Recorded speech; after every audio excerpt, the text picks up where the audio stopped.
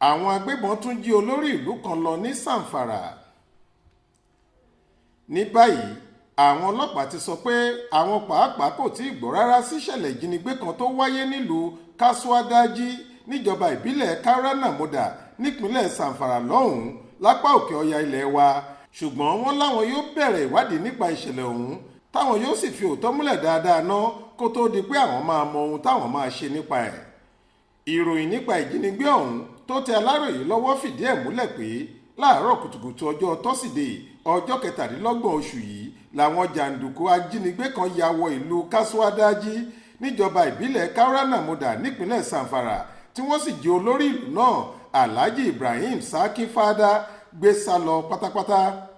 Ọ̀kan pàtàkì lára àwọn olùgbé agbègbè ọ̀hún, Malam Audu Muhammad Bello, tó gbà láti bá àwọn oníròyìn kan sọ̀rọ̀ lẹ́yìn ìṣẹ̀lẹ̀ ọ̀hún, sọ pé àfi bíi pé ogun dé sílùú náà ni nígbà táwọn agbébọn ọ̀hún ya wọ̀lú náà tí wọ́n sì lọ tààrà sílé olórí ìlú ọ̀hún tí wọ́n sì jí gbé sá lọ.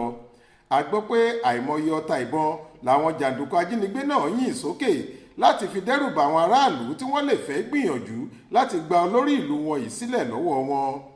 Wọ́n ní gbàrà táwọn afẹ̀míṣòfò yìí ti ń yìnbọn làùlàù ní kálukú àwọn olùgbé ìlú náà ti júbà ehoro tí ọ̀rọ̀ ọ̀hún sì di bó lọ yàgò. Nínú ọ̀rọ̀ rẹ̀ ni Bello ti sọ pé àfi bí ẹni pé ogun wọ̀lú ni o.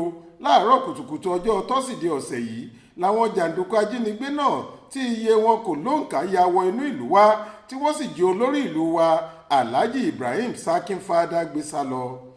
Àwọn aráàlú kọ̀ọ̀kan tiẹ̀ fẹ́ kọ́kọ́ kojú wọn, ṣùgbọ́n ìró ìbọn tó ń dún tàkòtàkò ló dẹ́rù bà àwọn aráàlú náà táwọn agbébọn yìí fi ráàyè jí olórí ìlú wa gbé sá lọ báyìí. Èmi pàápàá kọ́kọ́ gbúròó ìbọn náà ní nǹkan bíi aago 2 sí 3 àárọ̀ kùtùkùtù ni. Mi ò tiẹ̀ kọ́kọ́ mọ̀ rárá pé àwọn jàǹdùkú ajínigbé ni wọ́n ń ṣọṣẹ́ àfi ìgbà tí ọ̀rẹ́ mi kan pè mí lórí fóònù tó sì sọ fún mi pé àwọn iṣẹ́ òkọkú yìí ti wá jí olórí ìlú wa gbé gẹ́gẹ́ bó ṣe wí.